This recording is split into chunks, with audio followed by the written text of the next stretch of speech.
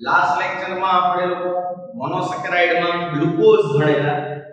આજે આપણે ફ્રુક્ટોઝ વિશે માહિતી લઈએ છીએ દોસ્તો. નોંધ લખો ફ્રુક્ટોઝ.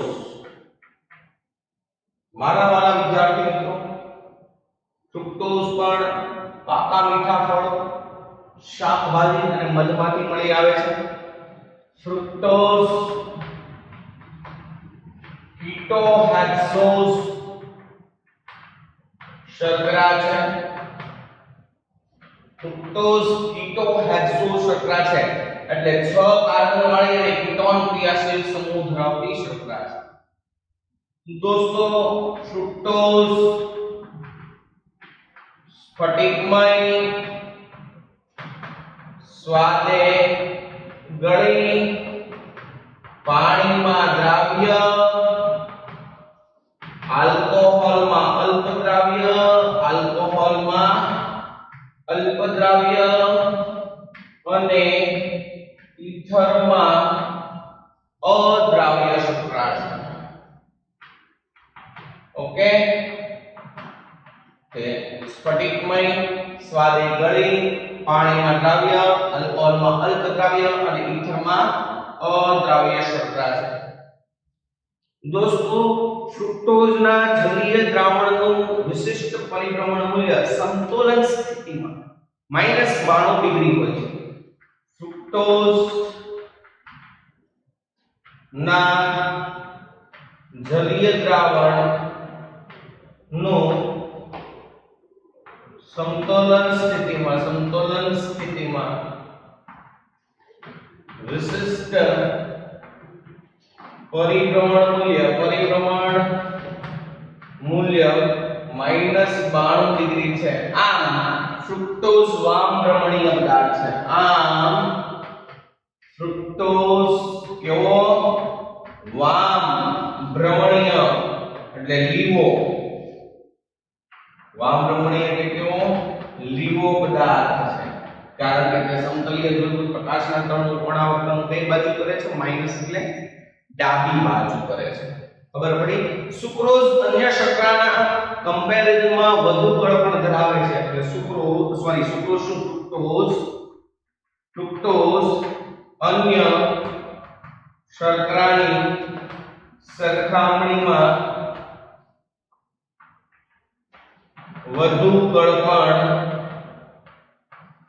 ધરાવે છે. દોસ્તો ફ્રુક્ટોઝના મુક્ત શૃંખલાવાળા બંધારણમાં બીજો કાર્બન કાર્બોનિલ કાર્બન સ્વરૂપે હોય છે.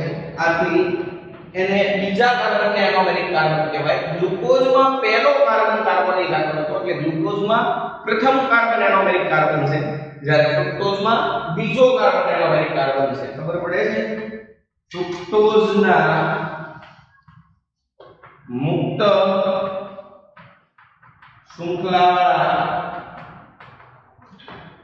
બંધારણમાં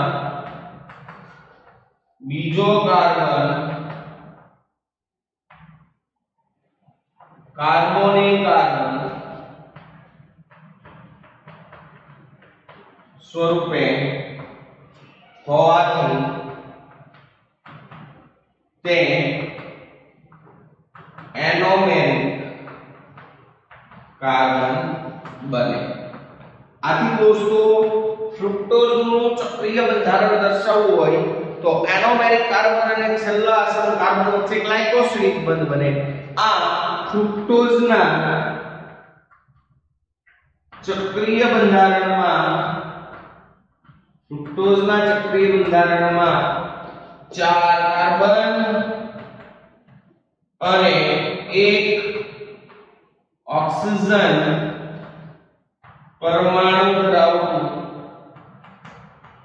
ચક્રીય વલય, એને આપણે કહે છે ફ્યુરાન. શું કહે છે? ફ્યુરાન આવેલ હોવાથી તેને ફ્રુક્ટોફ્યુરાનોઝ કહે છે. ચલો આટલી માહિતીમાં મને કઈ પ્રોબ્લેમ? સિમ્પલી છે ફ્રુક્ટોઝ કીટોહેક્સોઝ શર્કરા છે. ફ્રુક્ટોઝ સ્ફટિકમય, સ્વાદે ગળી, પાણીમાં દ્રાવ્ય, આલ્કોહોલમાં અલ્પ દ્રાવ્ય અને ઈથરમાં અદ્રાવ્ય શર્કરા છે ફ્રુક્ટોઝના જલીય દ્રાવણનો સમતોલન સ્થિતિમાં વિશિષ્ટ પરિભ્રમણ મૂલ્ય -92 ડિગ્રી છે આમ ફ્રુક્ટોઝ કેવો છે વામભ્રમણીય ફ્રુક્ટોઝ અન્ય શર્કરાની સરખામણીમાં વધુ ગળપણ ધરાવે છે ફ્રુક્ટોઝના મુક્ત શૃંખલાવાળા બંધારણમાં બીજો કાર્બન કાર્બોનિક કાર્બન છે આથી એને એનોમેરિક કાર્બન કહેવાય ફ્રુક્ટોઝના ચક્રીય બંધારણમાં 4 કાર્બન અને 1 ઓક્સિજન પરમાણુ ધરાવતું સક્રિય વલય આવેલું હોય છે એને ફ્યુરાન કહેવાય આથી ફ્રુક્ટોઝનું બીજું નામ છે તો ફ્યુરાનોઝ પડી ખબર ચલો હવે છે ને હવે આપણે ફ્રુક્ટોઝના બંધારણ વિશે માહિતી લઈએ કેવું બંધારણ હોય જુઓ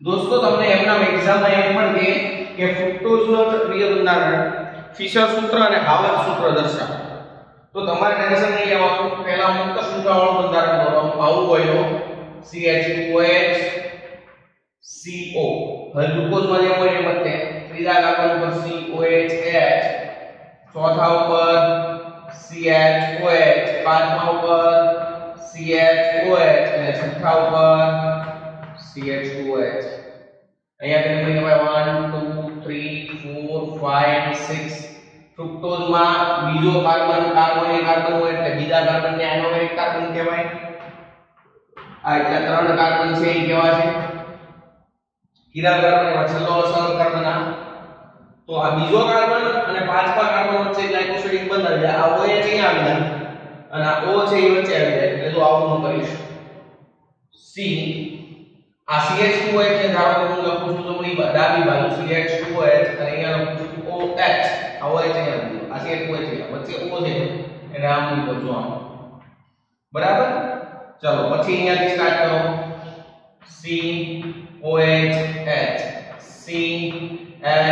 CHOH C અહીંયા H તો અહીંયા O અને અહીંયાથી CH2OH ચલો હવે છેલ્લા કાર્બન ઉપર OH કઈ બાજુ છે જમણી બાજુ એટલે કે કેપિટલ D હમણાં જ વાત કરી ફ્રુક્ટોઝનું જલીય દ્રાવણ વામભ્રમણી હોય એટલે minus capital D minus fructose છે હવે એનું ચક્રીય બંધારણ દોરો તો આ પહેલો બીજો ત્રીજો ચોથો પાંચમો અને છઠ્ઠો ફિશર સૂત્ર છે એમાં બીજો કાર્બન એનોમેરિક કાર્બન તો એને સ્ટાર વડે દર્શાવવું એમાં OH આ ફિશર સૂત્રમાં OH જમણી બાજુ હોય તો એને શું કહેવાય આલ્ફા ડી અને નેગેટિવ તો છે લીવો છે એટલે નેગેટિવ ફ્રુક્ટોઝ કહેવાય તો દોસ્તો એનોમેરિક કાર્બન પર મુક્ત OH હોય તો એના બેઝ એનોમર્સ હોય એક આલ્ફા અને બીટા જો OH જમણી બાજુ હોય ફિશર સૂત્રમાં તો આલ્ફા ડાબી બાજુ તો બીટા સેમ સૂત્ર COH અને અહીંયા મૂકું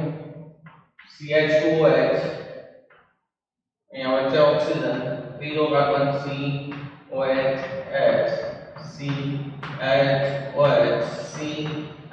અને અહીંયા ગ્લાયકોસિડિક બંધ CH2OH આને કહેવાય બીટા ડી નેગેટિવ ફ્રુક્ટોઝ બોલો કઈ પ્રોબ્લેમ અને હાવર્ડ સૂત્ર દોરવા હોય તો દોસ્તો 1 2 3 4 ને 5 એમાં 4 કાર્બન છે અને 1 ઓક્સિજન છે બરાબર આવું રે દોરવાનું ખબર પડે છે હવે ઓક્સિજન સાથે બીજો અને પાંચમો કાર્બન છે એટલે મૂકી દેવાનો બીજો પાંચમો અહીંયા ત્રીજો ચોથો અને છઠ્ઠો હંમેશા ઉપર બીજો કાર્બન એનોમેરિક કાર્બન છે ખબર પડે છે હવે એમાં OH ડાબી બાજુ હોય અહીંયા તો ઈ ઉપર આવશે એ સાદું લખો કીધું તો લાગે જે જમણી બાજુ ફિશર સૂત્રમાં જે જમણી બાજુ હોય એ હાવર્ડ સૂત્રમાં ક્યાં આવે નીચે તો અહીંયા આમ થશે CH2OH OH ત્રીજા ઉપર શું હોય OH H ચોથા ઉપર H OH અને લાસ્ટમાં ઉપર હંમેશા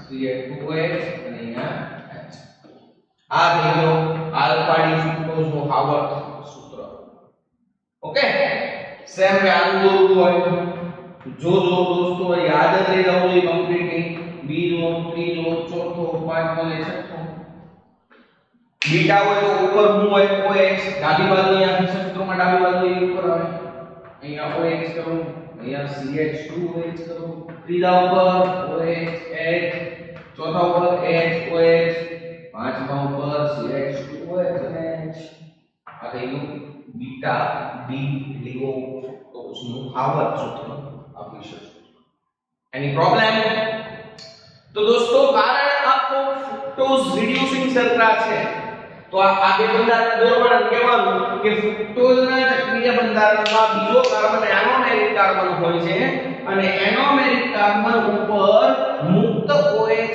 ક્રિયાશીલ સમૂહ હાજર હોવાથી તે ફેરિંગ પ્રક્રિયાનું રિડક્શન કરી શકે છે તથા ફિનાઇલ હાઇડ્રેઝિનનું ફિનાઇલ હાઇડ્રેઝોનમાં રિડક્શન કરે છે. આથી તે રિડ્યુસિંગ શર્કરા છે. વળી મુક્ત OH સમૂહ હોવાના કારણે તેના વિશિષ્ટ પરિભ્રમણના મૂલ્યમાં ફેરફાર થાય. આલ્ફા માંથી બીટા બને, બીટામાંથી આલ્ફા બને, જેને મ્યુટા રોટેશન કહેવાય. તો દોસ્તો કોઈ પણ પદાર્થમાં મ્યુટા રોટેશન થાય અને તે રિડ્યુસિંગ શર્કરા છે તેને નક્કી કરવું હોય તો શું એનોમેરિક કાર્બન ઉપર મુક્ત OH સમૂહની હાજરી. જો એનોમેરિક કાર્બન ઉપર મુક્ત OH સમૂહ હાજર હોય તેવી શર્કરા દોસ્તો રિડ્યુસિંગ કેમ હોય અને તેવી શર્કરામાં મ્યુટા રોટેશન પણ જોવા મળે. મ્યુટા રોટેશન એટલે શું થાય? વિશિષ્ટ પરિભ્રમણના મૂલ્યમાં ફેરફાર થાય. ઓકે, આલ્ફા નું વિશિષ્ટ પરિભ્રમણ મૂલ્ય કંઈક અલગ હોય, બીટા નું કંઈક અલગ હોય. આલ્ફા માંથી બીટા બને, બીટા માંથી આલ્ફા બને. આ દરમિયાન એના મૂલ્યમાં શું થાય? ફેરફાર થાય. એને કહેવાય મ્યુટા રોટેશન. ઓકે, ચાલો તો લઈ લો. ચલો દોસ્તો, મોનોસેકેરાઇડમાં આપણે પેલા ગ્લુકોઝ અને ફ્રુક્ટોઝ. ડાયસેકેરાઇડ તમને બધાને ખબર છે જે કાર્બોહાઈડ્રેટ્સ નું જળ વિભાજન થઈને મોનોસેકેરાઇડના બે એકમ મળે એટલે ડાયસેકેરાઇડ કહેવાય. આપણે ડાયસેકેરાઇડમાં ભણશું સુક્રોઝ, માલ્ટોઝ અને લેક્ટોઝ. આપણા સિલેબસમાં એટલું છે. તો પહેલા ભણીએ છીએ મારા વાલા વિદ્યાર્થી મિત્રો સુક્રોઝ. સુક્રોઝ એ આપણા રોજિંદા જીવનમાં વપરાતી ખાંડ છે. સુક્રોઝ એ રોજિંદા જીવનમાં વપરાતી શું છે? ખાંડ છે. દોસ્તો સુક્રોઝ શેરડી અને બીટમાંથી મળી આવે છે. મોટા ભાગે શેરડીમાંથી મળી આવે એટલે એને કહેવાય શેરડી શર્કરા, કેન સુગર. સુક્રોઝ શેરડી અને બીટમાંથી મળી આવે છે. આથી તેને શેરડી શર્કરા, કેન સુગર કહે છે. પડી ખબર દોસ્તો?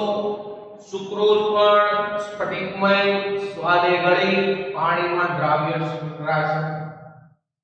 તમને બધાને પહેલા લેક્ચરમાં કીધું તો બધા મોનોસેકેરાઇડ અને ઓલિગોસેકેરાઇડ સ્ફટિકમય, સ્વાદે ગળ્યા અને પાણીમાં દ્રાવ્ય છે. તો સુક્રોઝ સ્વાદે ગળી, સ્ફટિકમય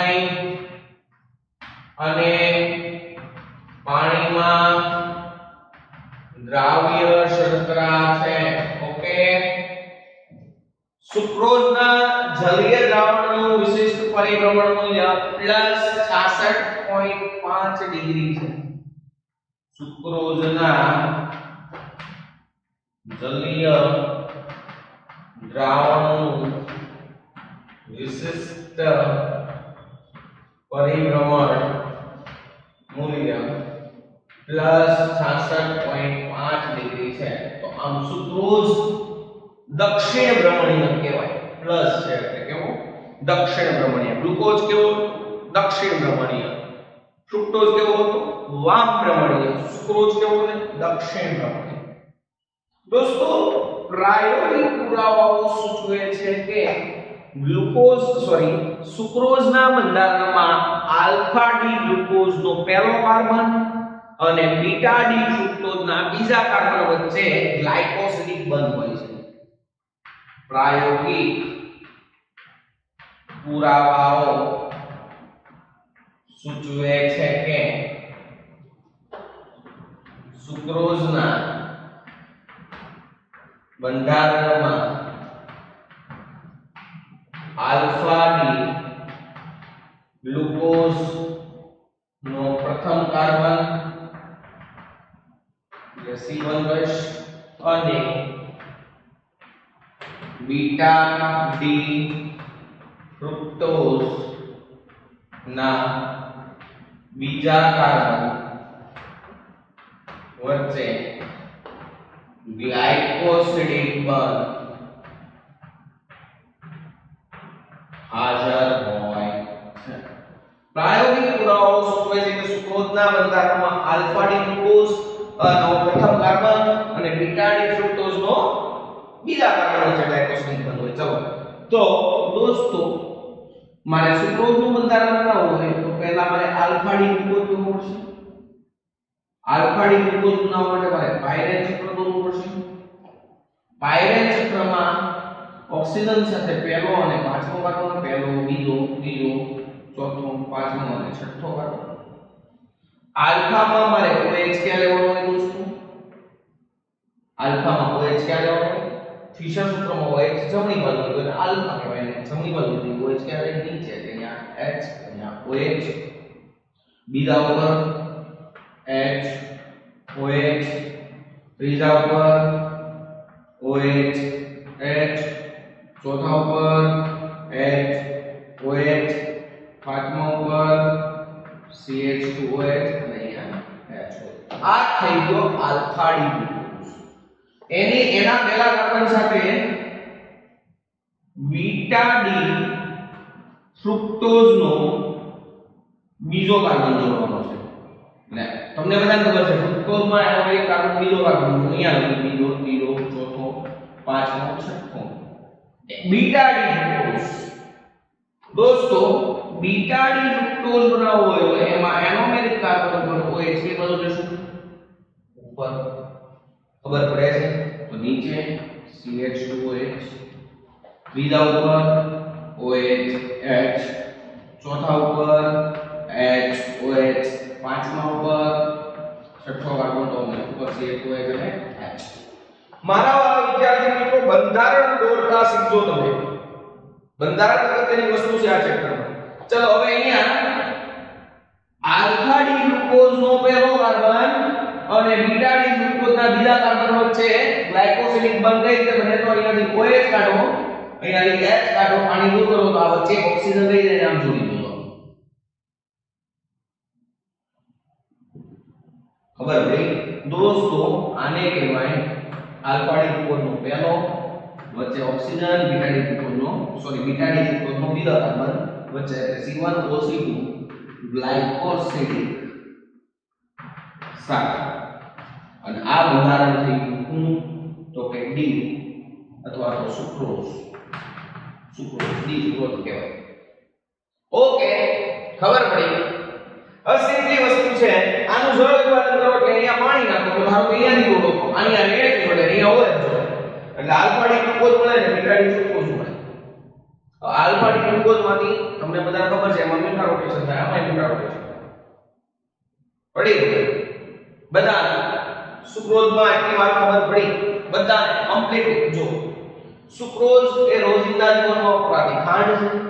સુક્રોઝ શેરડી અને બીટમાંથી મળી આવે છે એટલે એને શેરડી શર્કરા કહેવાય. સુક્રોઝ સ્વાદ એ ગળેલી સ્ફટિક છે અને પાણીમાં દ્રાવ્ય શર્કરા છે. સુક્રોઝના જલીય દ્રાવણનું વિશિષ્ટ પરિભ્રમણ મૂલ્ય +66.5 ડિગ્રી છે. પ્રાયોગિક પુરાવાઓ સૂચવે છે કે સુક્રોઝના બંધારણમાં આલ્ફા ડી ગ્લુકોઝનો પહેલો કાર્બન અને બીટા ડી ગ્લુકોઝના બીજા કાર્બન વચ્ચે ગ્લાયકોસિડિક બંધ હોય છે. ઓકે, હવે દોસ્તો મને તમે સમજાવો કે સુક્રોઝને રિડ્યુસિંગ શર્કરા કહેવાય કે ન કહેવાય? સુક્રોઝ નોન રિડ્યુસિંગ શર્કરા છે દોસ્તો. કારણ આપો બધામાં દોસ્તો બંધારણ આવડે કે આ બંધારણ દોરો પછી લખો કે સુક્રોઝના બંધારણમાં આલ્ફા ડી ગ્લુકોઝનો પહેલો કાર્બન અને બીટા ડી ફ્રુક્ટોઝના બીજા કાર્બન વચ્ચે ગ્લાયકોસિડિક સાંકળ હોય છે. આમ બંને મોનોસેકેરાઇડના એરોમેરિક કાર્બન ઉપર રહેલ મુક્ત OH સમૂહ ગ્લાયકોસિડિક બંધની રચનામાં વપરાય છે. આથી સુક્રોઝના બંધારણમાં એરોમેરિક કાર્બન ઉપર મુક્ત OH હાજર નથી. પરિણામે સુક્રોઝ ઠાલિક પ્રક્રિયકનું રિડક્શન કરી શકતો નથી તેમજ ફિનાઇલ હાઇડ્રોજન સાથે ફિનાઇલ હાઇડ્રોજન બનાવતો નથી. So sucrose is non reducing sugar. Any problem? Palladium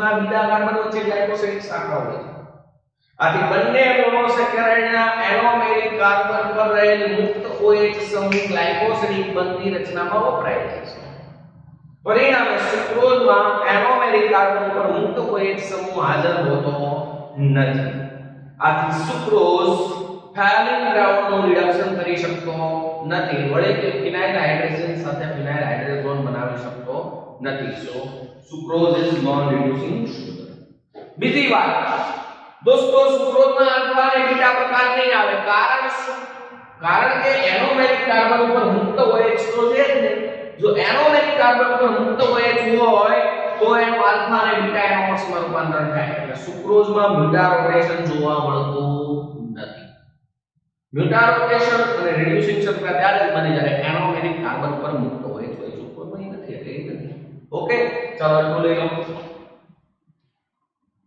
दोस्तों सुक्रोज अति महत्वनो टॉपिक है सुक्रोज में તમને ત્રણ પ્રકારના ક્વેશ્ચન પૂછાઈ શકે એક સુક્રોજ નોન રિડ્યુસિંગ શર્કરા છે કારણ બીજો સુક્રોજ માં મ્યુટા રોટેશન જોવા મળતું નથી કારણ એમાં આપણે આગળ સમજાવ્યું છે બીજો એક મહત્વનો પ્રશ્ન પૂછાય સુક્રોજ માં